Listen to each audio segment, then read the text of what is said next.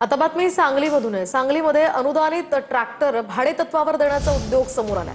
दरम्यान नांदेड जालना समाज कल्याण विभागाच्या माध्यमातून शेतकऱ्यांना ट्रॅक्टर्स देण्यात आलेले आहेत, तर स्वाभिमानी स्वराज्य संघटनेकडून हा घोटाळा समोर आणला गेलाय। मिरजेतील एरंडोलीत एका एजंटकडे 11 ट्रॅक्टर्स आढळले आहेत। समाज कल्याणला सबसिडीवर ट्रॅक्टर मिळालेला असतो।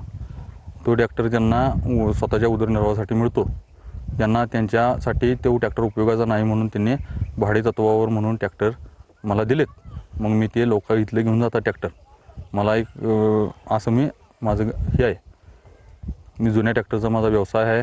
जुने ट्रॅक्टर काय डॉक्युमेंट क्लिअर असलेले ट्रॅक्टर घेतो, डॉक्युमेंट क्लिअर करून मी ट्रॅक्टरही देतो लोकांना। कुठल्या गावातून आणले ट्रॅक्टर?